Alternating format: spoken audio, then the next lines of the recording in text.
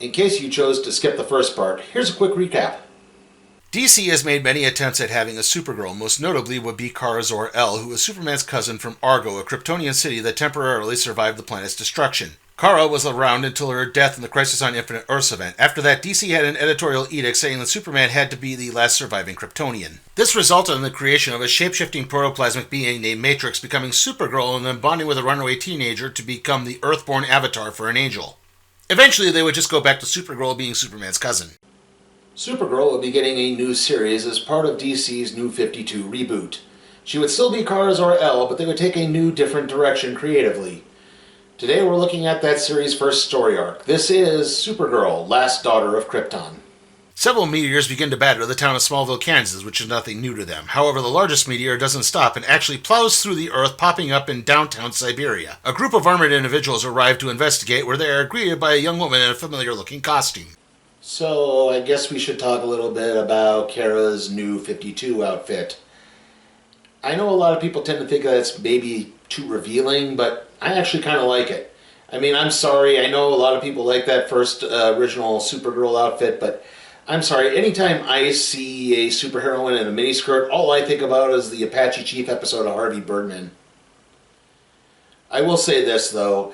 The go-go boots with the kneecaps exposed, yeah, those are pretty corny.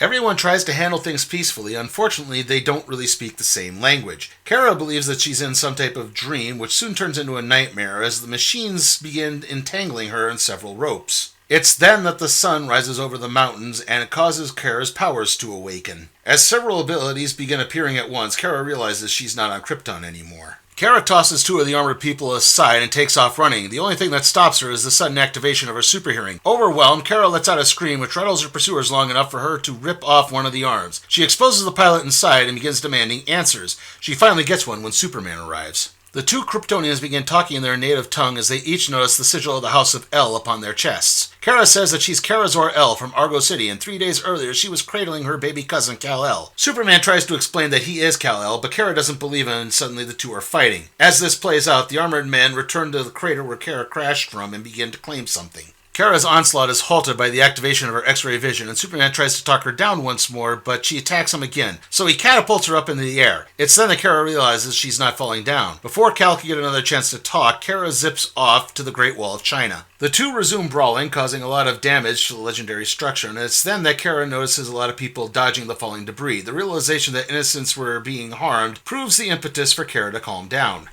It's okay, you don't need to worry about the Great Wall of China. Superman can take care of that. Kara is still unsure of Kal-El's identity, but knows that he's not a bad guy. Superman explains that on Earth, Kryptonians have the same power levels as beings called world killers from Kryptonian folklore. It's then that Kara receives the news that Krypton is no more. Meanwhile, Kara's escape pod has been harvested from the crater and brought to a facility. The owner of the facility is then presented with a red crystal from inside the pod. The guy holding the crystal is named Simon Tico, and he's a billionaire industrialist who somehow managed to supersede governmental control on any object that falls from outer space into the United States or Russia.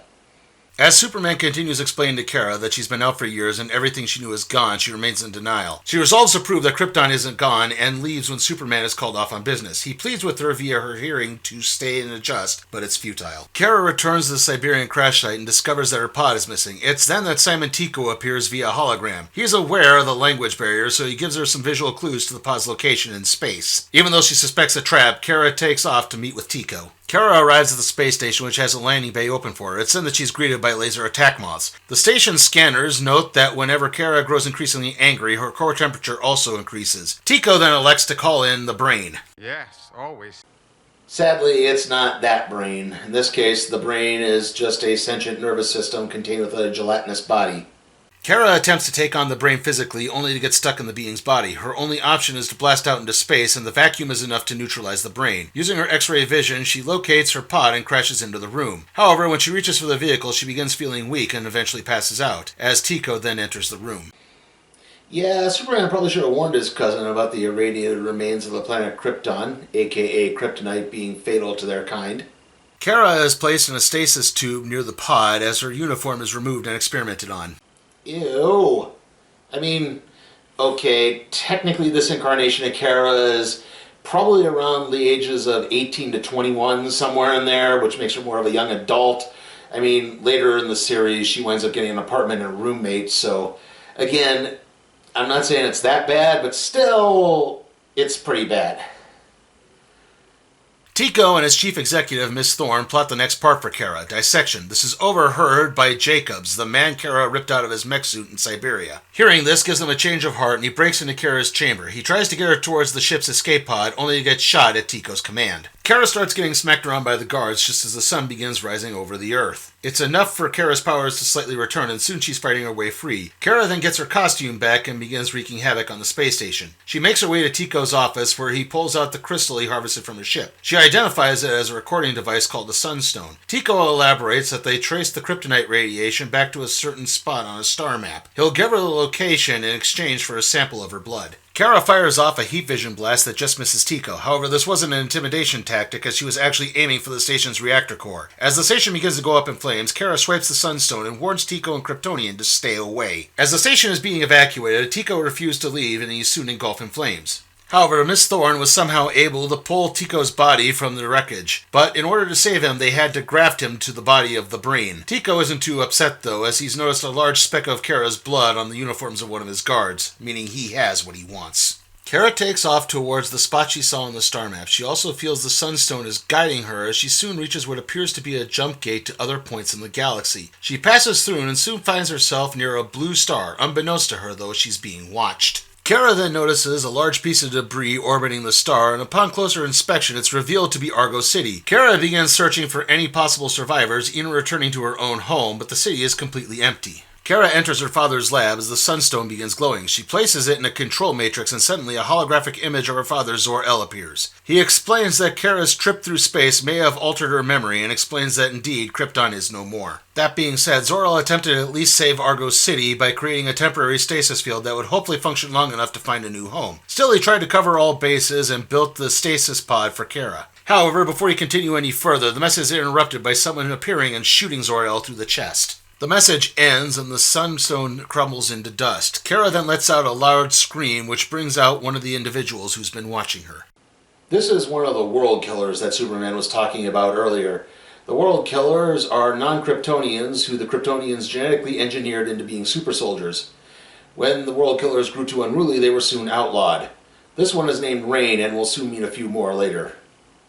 Kara recognizes Rain as one of the world killers and tries to take her down, but Rain just wants to talk. She explains that Argo citizens died off when the city began orbiting the blue star. Added to that, Rain and several other world killers were revived when Krypton exploded. The world killers came to Argo looking for answers as to who they were before they were manipulated into being soldiers, but the city was already dead. The group moved on and soon managed to find Earth, which they believed to become a haven for Kryptonians for reasons other than just that of the yellow sun. Rain has approached Kara looking for a partnership, but Kara's insolence has made that pointless. Rain plunges her sword into Kara's shoulder and pins her to a wall. Kara's powers are beginning to fade from the blue sun, and Argo's orbit is decaying, so Rain heads off to Earth, leaving Kara to die. Feeling sorry for herself, Kara tries to break free, but her strength just doesn't seem to be enough anymore. It's then that Kara receives a vision of Zor-El and Allura. The two tell Kara that she is destined for greatness and they have always been proud of her. And even though they are gone, they will continue to live on in her and the things she achieves. They tell her to make one more attempt at breaking free, and this one proves successful. Kara says goodbye before leaving to save Earth. Meanwhile, Rain sets down in New York City because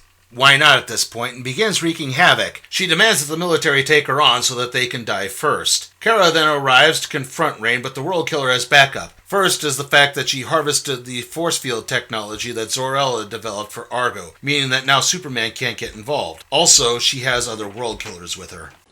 These additional world killers are named Flower of Heaven, Perilous, and Daymax.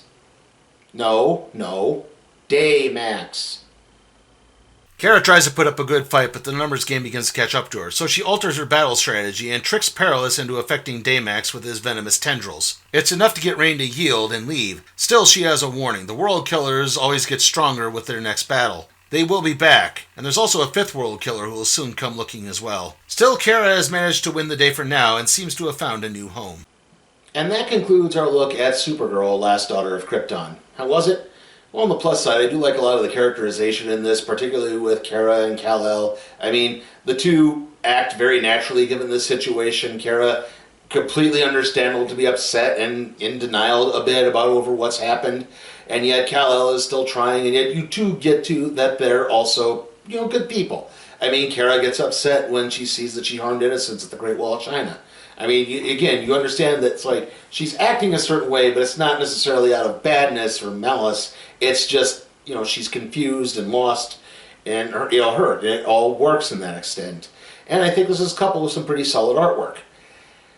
Unfortunately, the pacing of the story is just a little too wonky for my taste. It's a little... I mean, if the pacing at the beginning is fine, and then when she gets to the space base, it kind of all falls apart. And then the ending is just kind of rushed with the whole return to Krypton and then facing the World Killers again.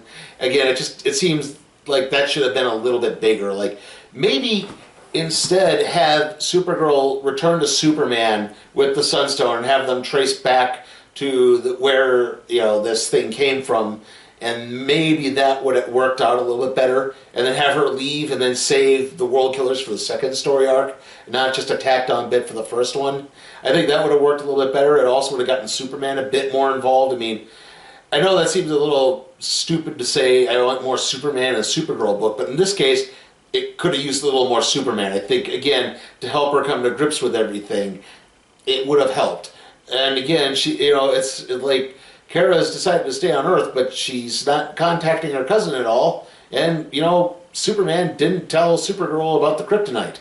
So again, little kind of parts there really do kind of niggle at me a little bit. So, yeah, it's not bad, but it's not good either. So I'm going to go right down the middle and give Supergirl, Last Daughter of Krypton, a C. And with that, let's see what we'll be doing next time on the Random Trade Review.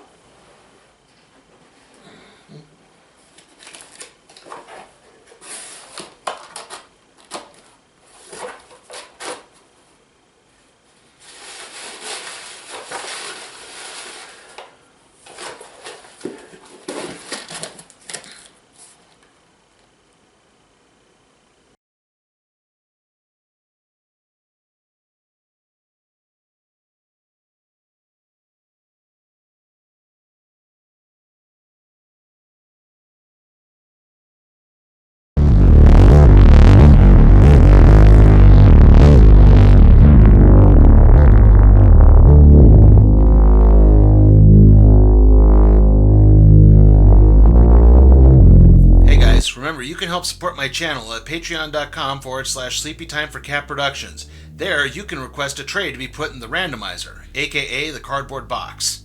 Also, remember, like, comment, share, subscribe, and ring that notification bell.